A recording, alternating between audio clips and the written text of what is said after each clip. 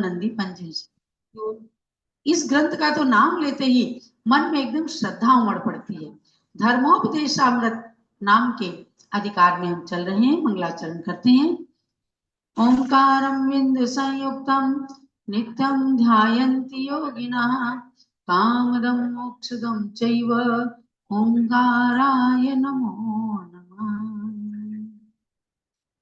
जिन मुनि जनों ने ओंकार बीजाक्षर का ध्यान किया, स्वयं ओंकार में बन गए, ऐसे ऋषि मुनियों की श्रृंखला में आचार्य पद्मनंदी स्वामी हुए, जिन्होंने एक ऐसे ग्रंथ की रचना कर दी जो संत और गृहस्थ सबके लिए बहुत ही उपयोगी।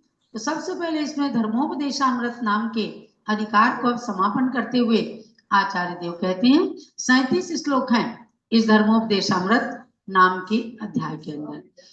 व्यसनों की बात बता दी, दुर्जनों की संगति नहीं करना इस बात को बताया, सज्जन कैसे बने रह जाएं इस बात को भी बता दिया आपको। अब अंत में कहते हैं 36 नंबर के श्लोक में, पेज नंबर है 15, कला विकासादुर भवति कथमप्यत्र भवने सचा घाता क्षुद्रै कथम करुणैर्जीवति चिरम् अति ग्रीष्मेषु सरसि विचिरचञ्चुरतया वकोटानाङ्घ्रितरलसपरि गच्छति कियत्। आचार्य देव क्या कहते हैं कि जिस समय गर्मी की ऋतु आती है, ग्रीष्म ऋतु, जेठ का महीना, तालाबों का पानी भी सूखने लग जाता है। उस समय कई बार ऐसा होता है, गहरा तालाब नहीं है, छोटा तालाब है, पानी सूखने लगा तो पानी के अभाव से बेचारी तमाम मछलियां जो हैं मर जाती हैं, सतह पर आकर के पानी के अभाव में मर जाती हैं। और कोई दैव योग से पानी थोड़ा बहुत पा करके बच भी जाए तो उसमें क्या कहते हैं कि उसमें लंबी लंबी चोंच के धारी बगुले जो है ना, उनको गटक जाते हैं, उनको खा जाते हैं बगुले। इसलिए ग्रीष्म ऋतु में मछलियों का नाम निशान तालाबों में दृष्टिगोचर नहीं होता, वो बात अलग है। ये नेचर की बात बताई।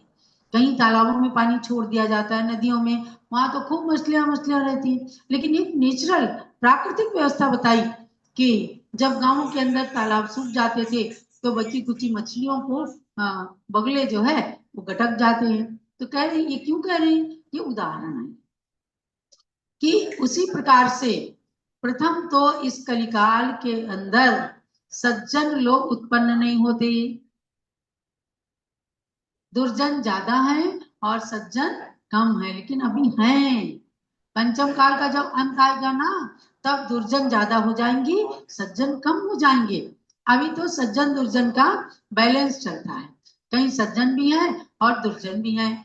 तो कह रहे हैं कलिकाल के अंदर सज्जन पहली बात तो कम उत्पन्न होते हैं, दैव योग से कुछ सज्जन उत्पन्न हो भी जाए तो दया रहित जो हिंसक, जो दुष्ट व्यक्ति हैं, उनके फंदे में फंसकर अधिक समय तक वो जी नहीं पाते। अर्थात जो बेईमान लोग होते हैं, जो खराब लोग होते हैं, जो दुर्जन लोग होते हैं, वो सज्जनों को जीने नहीं देते।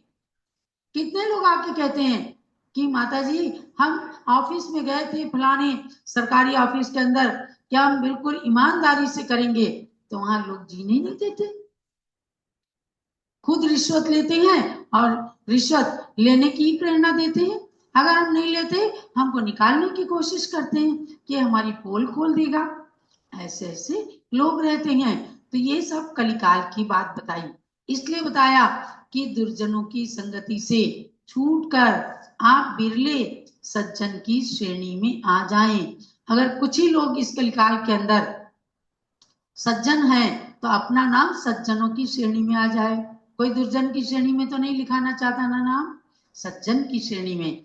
यानी हमारी संगति कोई करे तो कहे अरे वाह आज मजा आ गया, आज बहुत ही सुंदर समय हमारा बीता, बहुत अच्छी सत्संगति हमने की, अच्छी अच्छी बातें करते। वरना सास बहू की बातें हैं, वही सीरियल के अंदर जो चलता है वही घर के अंदर चलने लग जाता है। तो दुर्जनों की संगति की, या वो जो चीज देखा वही सामने आ गई।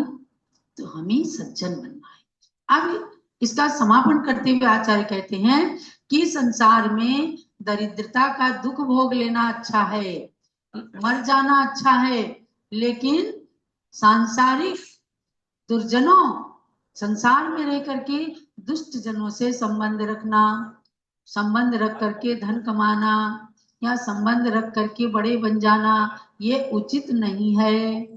धर्मोपदेशामृत अध्याय का सार बता दिया कि अगर आपने सच में इस उपदेश का सार जाना है, सुना है, तो आप सज्जन बने और इस धर्म के उपदेश का अमृत ध्यान रखें और अपने अंदर उतारें।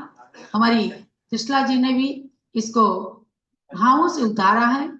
जिस तरह ग्रीष्म ऋतु में मछली जल के अभाव में मर जाती, कुछ एक अगर जीवित बचती तो बगुले से खाई जाती। बस इसी तरह इस कलयुग में सज्जन प्राणी कम ही होते, यदि हो भी जाए एक आधे तो दुष्ट नहीं जीने देते। कितनी अच्छी बात कही। आप जम्बूद्वीप हस्तिनापुर से दोनों किताबें मंगाओ, पद्मनंदी आचार्य की ये पद्मनंदी पंचविंशति का कृति और हिंदी अनुवाद की ये सुंदर सी कृति है। ये ज्ञानमती माता जी की ही सबसे छोटी बहन त्रिशला ने इसका अनुवाद किया है, क्योंकि घर के अंदर हमेशा इसका स्वाध्याय करने के लिए माँ ने प्रेरणा दी। और हमने एक बार त्रिशला को कहा कि त्रिशला इसका हिंदी अनुवाद करो, तुम्हारे अंदर प्रतिभा शक्ति है। उसने ये अनुवाद किया, उनके लिए भी आशीर्वाद। आप सब लोग इसको पढ़ें और दूसरी चीजें जानेंगे कि कल्याण कल्प तरु ज्ञान पहेली जो अब से 2 महीने पहले